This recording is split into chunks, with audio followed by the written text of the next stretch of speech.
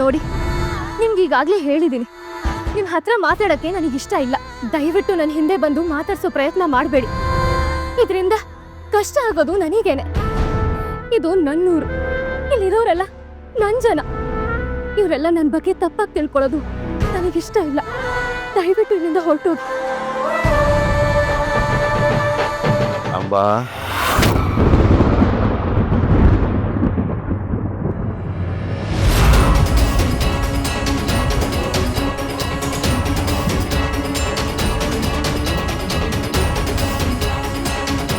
ಏನಾಯ್ತು? ಯಾಕೆ ಹಾಗೆ ನಗ್ತಾ ಇದೆಯಾ? ಸಂತೋಷ ಸಂತೋಷ ಅಂಬಾ. ನೀನು ಆ ಮಹೇಶ್ವರನಿಗೆ ಬೈದಿದ್ದಲ್ವಾ? ಅಂದ್ರೆ ಅವನ ಮುಖ ನೋಡೋದಕ್ಕೂ ನಿನ್ಗೆ ಇಷ್ಟ ಇಲ್ಲ. ಇದು ಗೊತ್ತಾದ್ಮೇಲೆ ನನ್ನ ಹೃದಯ ಮನ್ಸು ತುಂಬಿ ಬಂತು ಅಂಬಾ. ನಂಜುಂಡ, ನನಗೆ ತುಂಬಾ ಕೆಲಸ ಇದೆ ನಂಜುಂಡ. ಸುಮ್ಮನೆ ಇಲ್ಲಿಂದ ಹೊರಟೋಗು.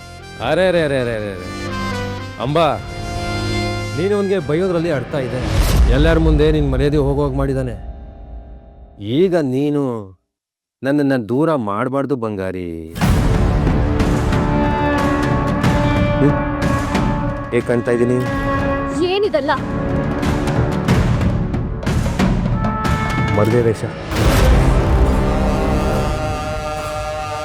ನಾನೀಗ ಮದುಮಗ, ನೀನೇ ಮದುಮಗಳು ಅಂಬಾ.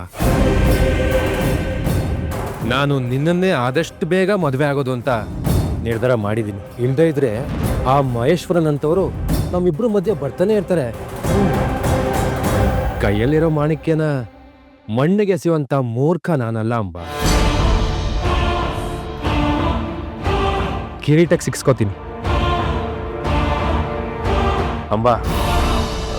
ನಾನೀಗ ಪೂರ್ತಿಯಾಗಿ ಬದಲಾಗಿದ್ದೀನಿ. ನನ್ನ ಮುಖ ನೋಡಿದ್ರೆ ಗೊತ್ತಾಗಲ್ವಾ ನಾನೆಷ್ಟು ಒಳ್ಳೆ ಹುಡುಗ ಅಂತ? ನಂಜುಂಡ, ಮದ್ವೆ ಅಂದ್ರೆ ಎಲ್ರೂ ಒಪ್ಪಿ ಆಗ್ಬೇಕಾಗಿರೋದು. ನೀನ್ ಅರ್ಥ ಇಲ್ದಿರೋ ಕನ್ಸ್ ಕಾಣ್ತೀಯ ಅಂತ ಅಂದ್ರೆ ಅದನ್ನ ಇಟ್ಕೊಂಡು ಸುಮ್ಮನೆ ನನ್ ತಲೆ ಯಾಕೋ ತಿಂತ್ಯಾ? ನೀರೊಳಗಿರೋ ಕಲ್ಲು ಯಾವತ್ತೂ ಮೆತ್ತಗಾಗಲ್ಲ. ಕೆಟ್ಟೋರ್ ಸ್ವಭಾವನು ಹಾಗೇನೆ. ಅವ್ರೆಷ್ಟೇ ನಾಟಕ ಮಾಡಿದ್ರು ಅವ್ರೊಳಗಿರೋ ಕೆಟ್ಟತನ ದೂರ ಆಗಲ್ಲ. ನೀನ್ ಬದ್ಲಾಗ್ತೀಯ ಅನ್ನೋದು ಭ್ರಮೆ ನಂಜುಂಡ. ಸುಮ್ಮನೆ ಇಲ್ಲಿಂದ ಹೋಗು. ಹೋಗ್ತೀನಿ ಚಿನ್ನ. ಎಲ್ಲರೂ ಒಪ್ಕೊಂಡೆ ನಮ್ಮ ಮದುವೆ ಮಾಡ್ಕೊಡ್ತಾರೆ. ಅದನ್ನ ಒಪ್ಸೋದಕ್ಕೆ ಈಗ ಹೋಗ್ತಾ ಇರೋದು. ಇಲ್ಲಿಂದ ಸೀದಾ ನಾನು ನಿಮ್ಮ ಮನೆಗೆ ಹೋಗ್ತಾ ಇರೋದು ಹೆಣ್ ಕೇಳೋದಕ್ಕೆ. ಬರ್ಲಾ?